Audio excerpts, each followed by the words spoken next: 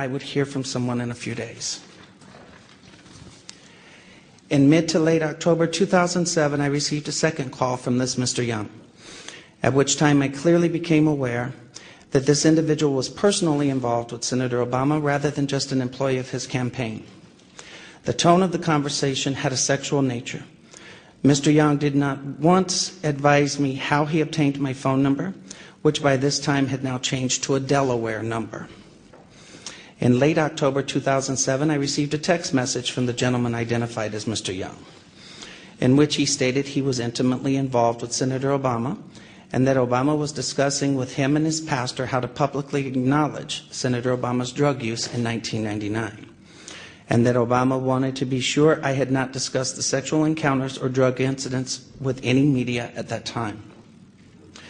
In mid to late November 2007, in another text message from Mr. Young, he advised me that Senator Obama will publicly correct his statement as to the last time he used drugs, and I did not need to concern myself with publicly disclosing it myself.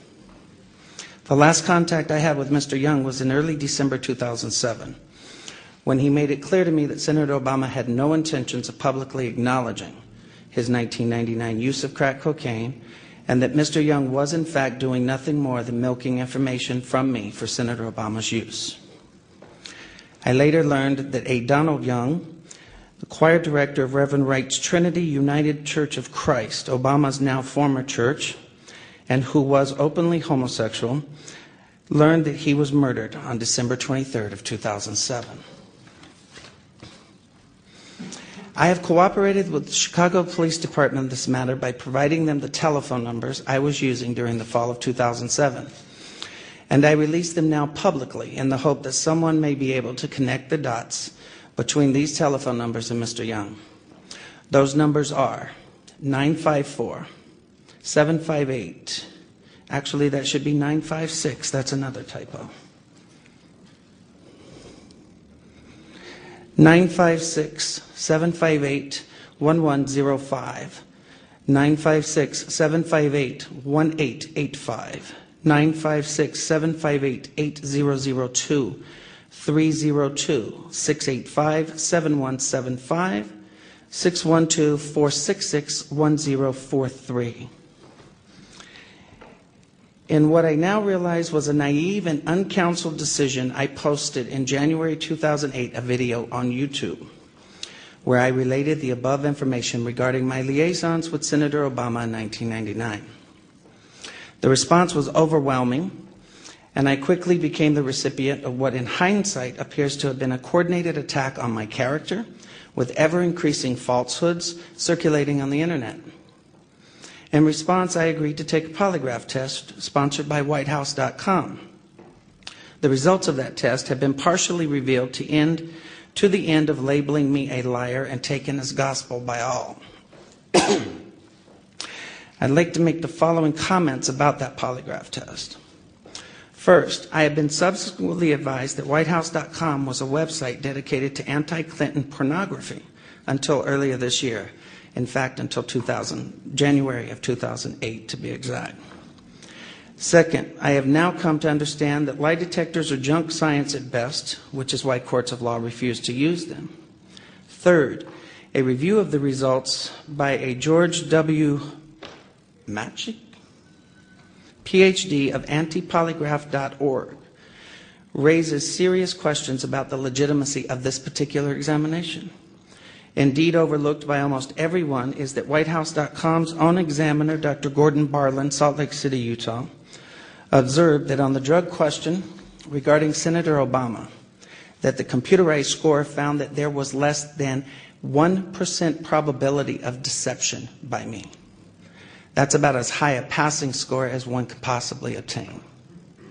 Finally, in February 2008, I was told anonymously that Dan Parisi of whitehouse.com received $750,000 from the Obama campaign through David Axelrod's AKP Media and Message One, or Message and Media, I think, to organize an effort to publicly discredit me. When I confronted Dan Parisi with this allegation, he did not deny it, but instead withdrew the second exonerating polygraph report of Dr. Gordon Barlin, failed to post the video of my polygraph as he and WhiteHouse.com promised they would do, and even removed posts from their website altogether, claiming that I had had enough of the attacks by Sinclair's supporters and Sinclair himself, quote unquote. The polygraph results, as misrepresented, were immediately seized upon by the blogger community, and I became the subject of vicious lies about me. I was forced to file a lawsuit in an attempt to stop those lies about me that had been circulating. That lawsuit sought to obtain the proof of what I was saying about my contact with Senator Obama through subpoenas for the identities of the anonymous bloggers, so they could be linked to the Obama campaign and relevant records of the cell phone companies to prove the truth of my allegations. To date, though the lawsuit is now over 90 days old, Judge Henry Kennedy has refused to permit the suit to move forward so this evidence may be obtained. In conclusion, in sum, you can discredit my story, and then you can make your decision on who should be next President of the United States.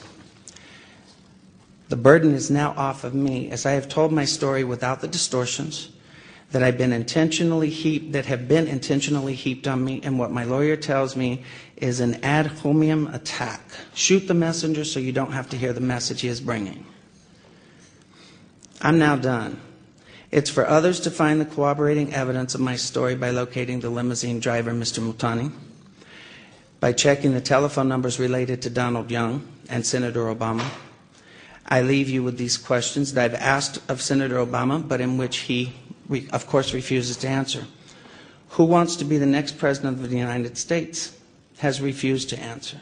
Number one, why won't Senator Obama provide his cell phone numbers and telephone records for all his personal and official cell phones held by him for the time period of no more than November 3rd through November 8th of 1999, when we met? Two, why won't Senator Obama provide his cell phone numbers and telephone records for all his personal and official cell phones held by Senator Obama for September 2007 through December 23rd of 2007, the murder of Donald Young?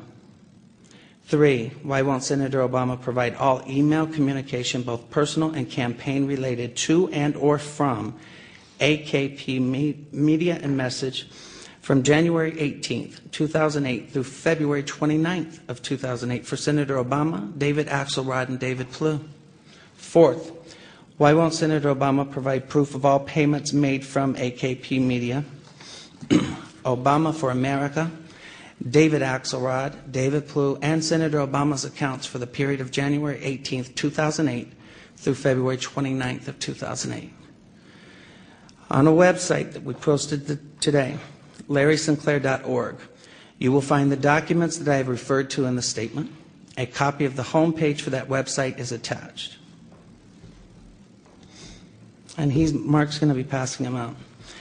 Thank you for the time and your attention this afternoon, and I will now take any questions. Test 1, 2, 3.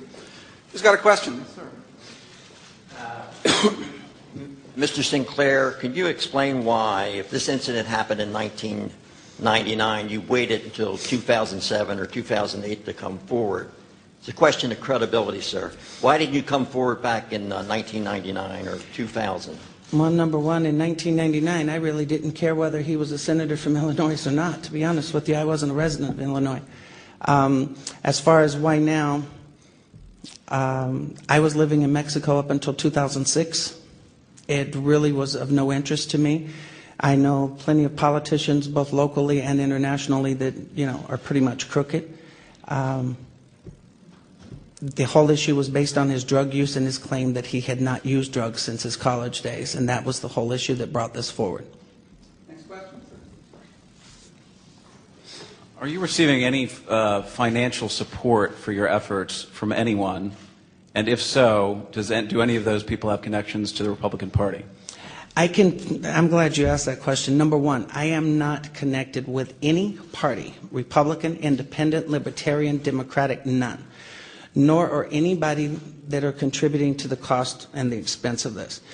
Every penny that has gone to pay for this press conference, my travel expenses, have come from average American citizens, most of them actually, according to their own statements, are declared independents, in the sums of from $12.31 to $100